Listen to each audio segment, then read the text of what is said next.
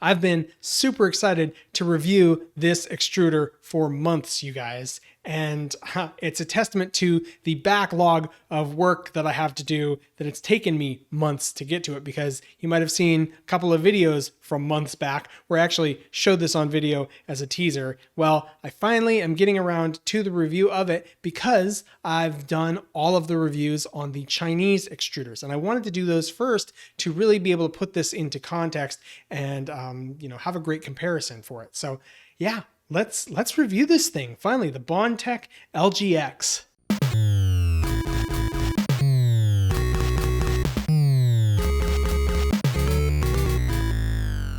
I'm going to do my best to criticize it, just like I do with all these other ones. I try to really find every fault I can with the designs, but I think I'm going to maybe fail you guys a little bit. And the reason is, I don't know if I have the skill set to really find out what's wrong with this extruder. There may be nothing wrong with it, or maybe I just can't find that problem.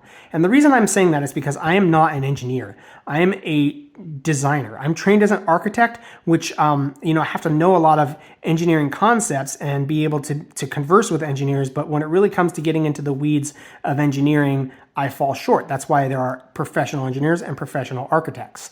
So I'm a designer, and as such, I have a cognitive skill set that many, in fact, most engineers lack. And so there's a place for engineers and there's a place for designers in the world. And I think I'm going to be able to come at this with the design mindset and find some problems with it. But when it comes to the actual engineering of it, I'm not going to be able to get into the weeds. To start off with, I want to lob the criticism here that it's really heavy. 260 grams for just the unit here, and once you add the part cooling fan on it, which is what I've been measuring all the other extruders with, we're like 275, sometimes 280, depends on kind of how I'm tipping the scales. So yeah, that's really heavy. That's the heaviest extruder that I've reviewed so far. Let's look at the second heaviest. Up until now, this was the heaviest at 200 grams for the BQ H2 extruder. And this thing is going to be superior to the Bondtech in another way, and that is the fact that the H2 extruder here is made entirely out of metal. So the body here, the gear is metal. Let's talk about that gear real quick. In the last video, I received a lot of comments saying that plastic gears may be better than metal gears because they don't bind. Well, binding of gears is a problem with tolerances in manufacturing. So they need better tools and better workers to make gears that don't bind up. It's not a plastic versus metal issue. If BQ had higher quality control at their factory, these gears wouldn't bind up and you wouldn't need to do all the work that I showed being done on my BQ H2 extruder in the review for this hot end. So yeah, the other thing to talk about here real quick is the all metal nomenclature. I hate that nomenclature. It's a throwback to a time when they stupidly were manufacturing the hot ends, and I'm talking like up here near the hot, aluminum block, and everything was encased in PTFE plastic. Okay, so PTFE, or not PTFE, PEEK.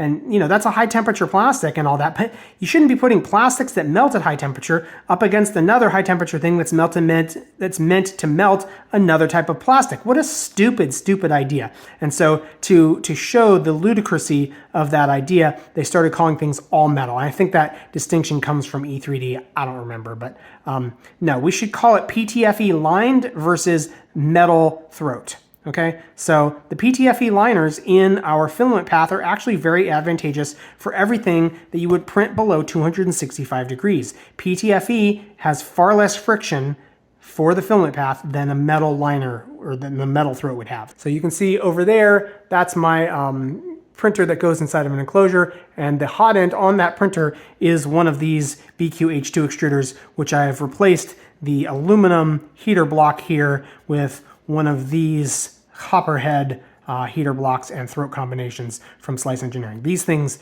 are really great, and it took me some doing. Go watch the video on that. I'll put links in the description. There's a whole video about this extruder and a whole video about putting the copperhead onto this extruder. So yeah, anyway, this was the previous winner, and once I've got it all working well by kind of freeing up the gears from their binding issues, this is by far and away my favorite extruder. It's just kind of heavy, so unfortunately we are even heavier now, and that deserves kind of a demerit.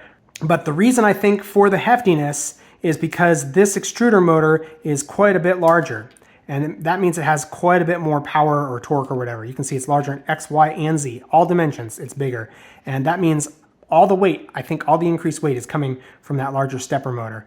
Why do they need that larger stepper motor? Well, you can print quicker, right? You can force that filament through the hot end at a fast rate, which is nice. But I think the real reason that they need it is because these hob gears, which that's the core value proposition of this extruder, and these hob gears being so much larger means that they have more leverage out there to fight against. So they needed a larger stepper motor to also have more leverage to really be able to push the filament through at the correct pressures. So we'll talk more about that here in a few minutes when we get it taken apart. But before I get it taken apart, I want to do the max flow test. So we're going to feed 100 millimeters of this white PLA into the extruder here, and the feed rate we're going to go at is 355 millimeters per minute. Press the send button. Keep that a little bit from clogging up here at the tip. Oh, we got a little skip there. Did you hear that? Yeah, we got a little skip. And at 375 millimeters per minute, we're going to get a lot of skipping.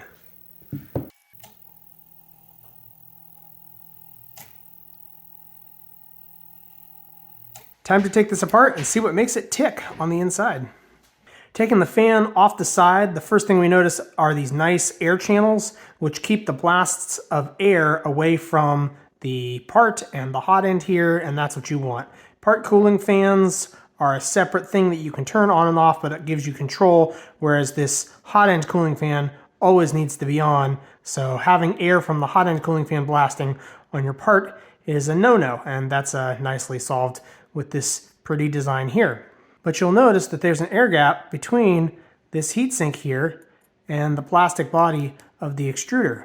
This seam here demarcates the plastic extruder body from the metal hot end mounting hardware. The heat from the hot end that leaches up through the heat break into this part then gets sucked through the metal to the heatsink here with the fan on it.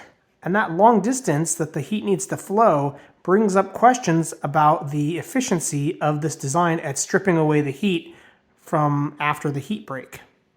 I've currently got the hot end set at 220 degrees,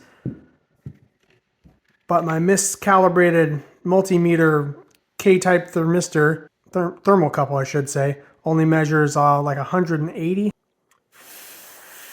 And blowing on it to cool it back down to room temperature. Let's touch it right here to this end, like 32 degrees, so just barely warm. And here at the front, we're talking like 38 degrees, 40 degrees, something like that. So it's a little bit warm, but that's getting radiant heat off the hot end as well. So the actual back behind here, the transmission through the aluminum into that screw hole there, only like 35 degrees, something like that. Pretty low. And back behind the fan on the aluminum block here, we're at room temperature. So that heat transmission is doing all right. By removing this screw here, we can pull the whole heatsink off and see exactly how it mounts. There's this post, sort of alignment post there that slides into the smooth bore right there. And so between the screw and the post, we're not going to get any racking on this heatsink, and it's going to sit right where it needs to be. So those are all the metal components, the cold end of the hot end. All right, guys, moment of truth. This is the scary part, the part where I don't know if I'll be able to get it to all go back together. Now, I'm looking at this gear here, and it's clearly been cast. So that is injection molded, it looks like, and it's made out of some type of plastic. But the action on that is very smooth and very precise. Feels really good. There's a spring right here that does something. Hopefully I'll be able to get that back in there. Oh yeah, look at that. That's going to have to feed back in there somehow. All right, let's talk about this lever arm. It is the tensioning apparatus that grips the filament. So the filament going through that hole there, depending on how far up you have this lever arm, that's how much it's squeezing the filament right there inside of the filament path. And that looks like it's being accomplished by a ramp here. So as I slide the lever arm here, you can see that this gear is being moved to the side. Yeah, that's exactly what's going on. And you see it's not a smooth path. There's indentation. So there's indexed moments of travel. Just to tell you how much you've traveled, there's these teeth up here. I think those are just visual indicators of what's going on here on the inside. That's a pretty cool little part. It looks like it's been engineered to be inexpensive to produce. Just some laser cut metal here with a press fit on boss, and that's been made on a lathe. And then they just slid this, this piece of rubber over the top of it. Oh, look at that. They left the little barbs to try to keep it from coming off. So, yeah. When this gear slides back and forth, what it's actually doing, I can see right now, is it's changing the distance of these this is the driven secondary hob gear, and it's changing how much it's pinched against the primary hob gear inside of there. So these are the hob gears on this extruder, and that is the core value proposition. I would say that's the most important aspect of this extruder, which differentiates it from everything else on the market. To show you guys what I'm talking about, let's take a look here at the NF Sunrise, and you can see that it's got these style dual-driven hob gears. Now this is a Bondtech design as well, but this is Bondtech's old design, and it's just much smaller in diameter than this. There are two reasons why having large hob gears on your extruder make a big difference. And to illustrate these reasons, we're going to turn to my CAD program here, where I've drawn these two hob gears. So these are representative of a hob gear. It's not a perfect profile or cross section of what a hob gear looks like. And also these are exaggerated. I've got a very small one and a very large one. But as you can see, I've drawn them where they have the same or roughly the same tooth size, meaning whatever machine you're using to cut those teeth in there, the teeth themselves are going to be unchanged. So all we're playing with is the diameter and the number of teeth. So first, let's look at the small hob gears. And as you can see, dual hob gears here, as they pinch into the filament, and you can see I've got them protruding into the filament a little bit because that's the way it works. If you guys have all seen it, right? You pull your filament back out, it's got a bunch of little grooves which have been pressed into it by your hob gears. Well, that's because it literally crushes the filament there. So your hob gears here, crushing it, we have 2 points of contact. That's plenty. That's all the friction you really need. So you're not going to get any stripping of the material, and everything should be okay. But that moment where there's 2 teeth touching the filament is actually fleeting, and the majority of the time with small hob gears, only 1 tooth is touching the filament, as we see here. When you increase the diameter of the hob gear and pinch the filament in between 2 of those, you can see that you have moments where 3 of the teeth are gripping the filament. And at any given time, you always have 2 of the teeth gripping the filament. So you have at least double the grip in these 2 situations with these 2 different hob gears that I've drawn up here. But there's a secondary effect, and this one's super interesting and kind of a deep problem that's hard to diagnose with your printer. Let's look at the small hob gear here, and let's draw a circle from the center of the hob gear to the depth at which the teeth on the hob gear are protruding or squishing into the filament there. And we're going to take and copy that circle right there, and then we're going to rotate the hob gear such that 2 of the teeth are now engaged with the filament, and they are both also kind of protruding into the filament a little bit. So you can see that circle that goes to the full tips, all the way out to the tips of the hob gear. But what's happening here is the depth that we're protruding into the filament is actually a straight line between 2 of those teeth. So at this moment where 2 of the teeth are engaged with the filament, the virtual diameter of the hob gear is smaller than the actual diameter to the outsides of the very tips of those teeth. And what this means is because there's a smaller diameter, the circumference is a shorter distance. So in order to feed the same amount of filament with the smaller diameter, we're going to need to move the hob gear further. And this is going to lead to a periodic inconsistent extrusion. Inconsistent's the wrong word to use there, but if you look up inconsistent extrusion, I think it was all over the Prusa forums from a few years back. And I don't know, everybody has different problems. It's very subtle, but this is very likely to be the cause of a lot of people's problems who are experiencing these sort of diagonal witness lines on their 3D prints. And it basically happens that every time you pass a gear, every time you pass a tooth, you're going to be feeding more filament at one moment and then less filament as you're in between teeth. And so that's a periodic pulsation of the extruder as it pushes the filament out. So contrast that with this much larger hob gear that I've drawn here, and let's go tip to tip. So this is what it's going to be producing right now with that tooth, the single tooth, or I should say that central tooth pushing in as far as it goes. And when I draw the straight line between two of the teeth, and that indicates the sort of float over the hob gear between two teeth, you can see the difference in diameter almost disappears. It's extremely slight. So you're going to eliminate that periodic pulsation of filament being fed into the nozzle. And that is a very nice thing to have when you are chasing the utmost quality in your 3D prints. All right, pulling the front off, that's the last bit of disassembly to do here.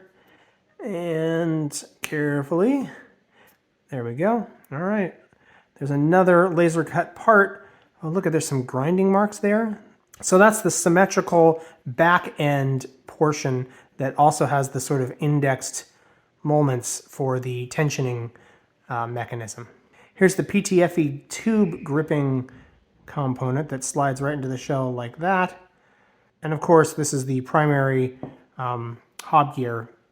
Look at that. Very nice, very nice. I mean, I don't know how valid the tactile sensation of these gears meshing is, but it feels higher quality than all the stuff that I see from China. So there you have it. That's what it looks like on the inside. Wish me luck getting this back together. Well, as I'm reassembling this, there's a couple of things that are worth noting. First of all, this is the drive gear. So the actual extruder motor here, the stepper motor, drives this gear, which then drives the two opposing dual hob gears. And I don't know what the gear ratio on this is, but it's kind of irrelevant to the conversation because with all these other direct drive hot end extruder designs, they've all had the same Bondtech, the old version of the Bondtech dual drive gears. So in the end, the gear ratio was driving the same hob gears, and so their gear ratio, it's apples to apples. With this one, where the hob gears are larger in diameter, the gear ratio is going to be less relevant. And I also figured out what the spring does. See, it actually indexes here on these teeth of the lever arm, and that's what keeps the lever arm in place. Also, looking at these SLS 3D printed parts, as intricate as they are injection moldable. You're not going to find any undercuts. That's phenomenal. So 2-part molds here, and you could make this geometry happen with the exception of the holes for the you can see the nuts. Those are square nuts that have been embedded in there for mounting spots. But the interesting thing about this being injection moldable is that means they could do an MIM, metal injection molding process, and you wouldn't need the undercuts here for that because you would just drill and tap those. So really cool, really cool. Good engineering.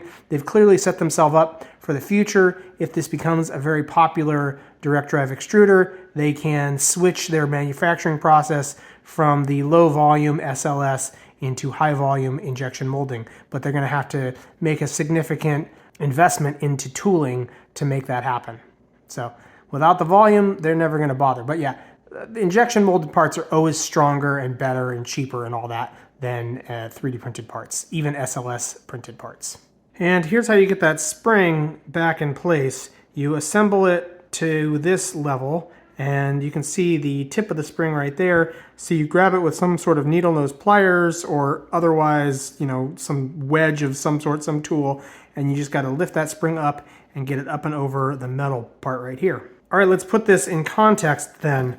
And we've already established that it's not in the same category as the BQ-H2 because it's not 100% metal construction. So even the gears are made out of plastic. That's not to say you couldn't put this thing in like a low temperature enclosure, like maybe 50 degrees C. I think that would be perfectly fine, but this is in a different category.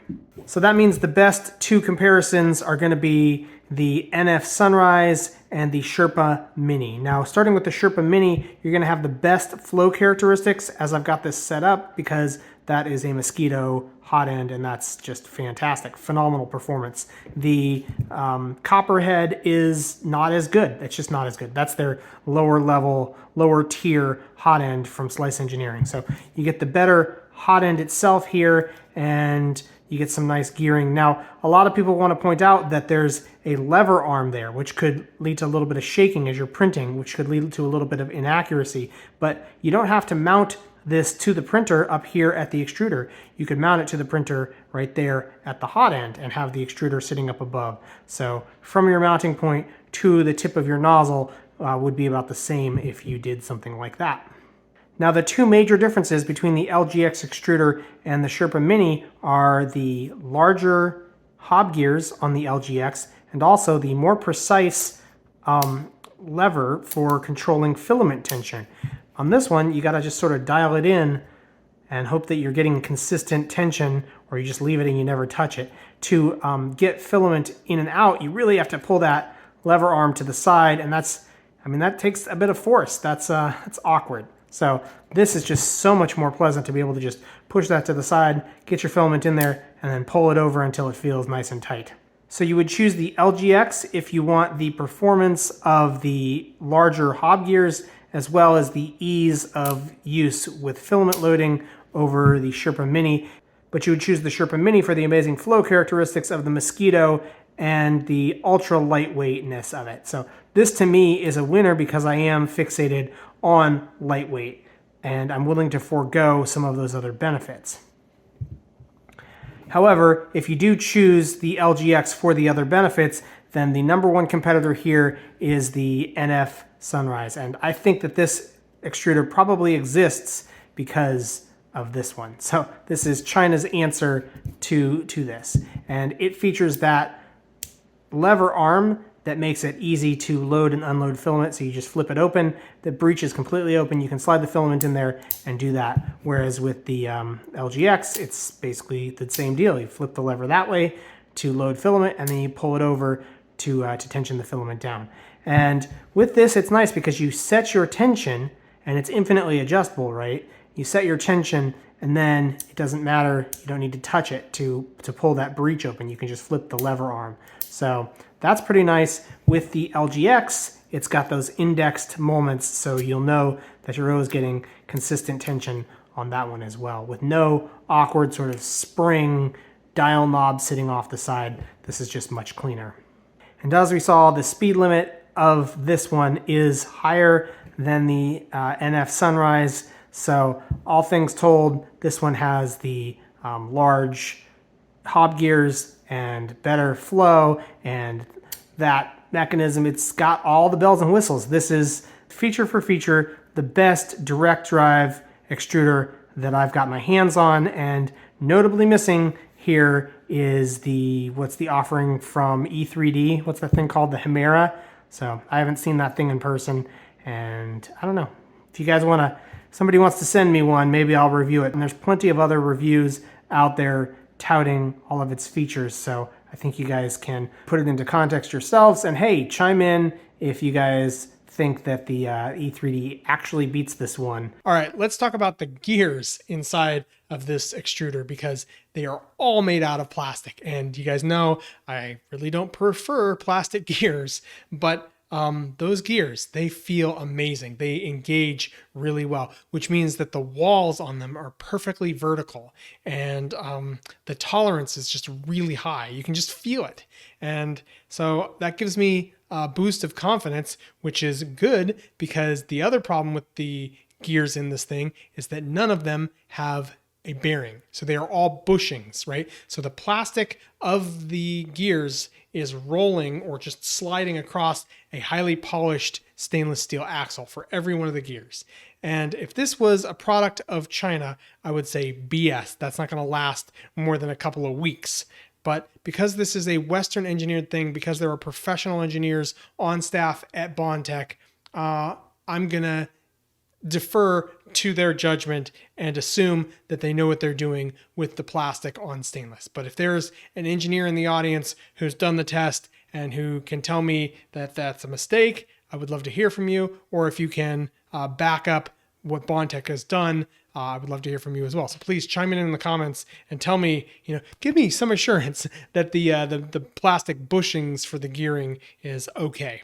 Now, a really nice feature that I haven't discussed yet is these cutouts in the sides. You see those cutouts? What they do is they allow the hob gears to shed any debris. So little, shavings of filament that tend to build up in your hob gear, teeth. They can get shed right out of these two windows. Really, really great little design function there. And before we cover the final, really great thing about this extruder, I want to give a shout out, as always, to my wonderful Patreon supporters. Without you guys, I wouldn't be making videos. Thank you so much. And especially thank you to my producers and executive producers. These guys, yeah, they were wonderful. So thank you. This thing will print at 350 millimeters per minute before the extruder motor here starts to skip. Now, I had the thought that we could change out the extruder motor for a slightly larger one and get even quicker printing speeds out of it. But as it turns out, there's kind of a proprietary axle shaft with a small gear that's been pressed on. So that's not going to work. It's much too difficult. We're going to have to stick with the stock stepper motor that comes on the thing. So 350 millimeters, though, that ties for first place as far as all of the extruders that I've reviewed. So the BQ H2 extruder was the only other one that printed also at 350 millimeters per minute. I think maybe 345, so ever so slightly slower. And if you do the math, once again, I'll pop the math up on the screen here, but that comes out to, 175 millimeters per second in X and Y travel speed when you're printing with a 0.4 millimeter nozzle at 0.2 millimeter layer heights. So who's printing out there at 175 millimeters per second? Mostly just these guys who are doing the Speedboat Challenge, the Bensi Speedboat Challenge. I talked to the Slice Engineering guys, and they taught me something amazing. The filament coming out of the nozzle is a non-Newtonian fluid. So just think of cornstarch and water. Remember Adam Savage on Tested, how he ran across that pool of non-Newtonian fluid? So that's an amazing thing to think about. That means the faster you're trying to squeeze filament out of that nozzle, the more it's resisting you. So the slower you print, the nicer prints you're going to get. Everything's better when you're moving slowly with a non-Newtonian fluid. So yeah, the speed limit of this, I think, is everything that any reasonable professional or hobbyist could want as far as performance. All right, that'll do it for this video. Thank you so much for watching. Have a great day. Bye.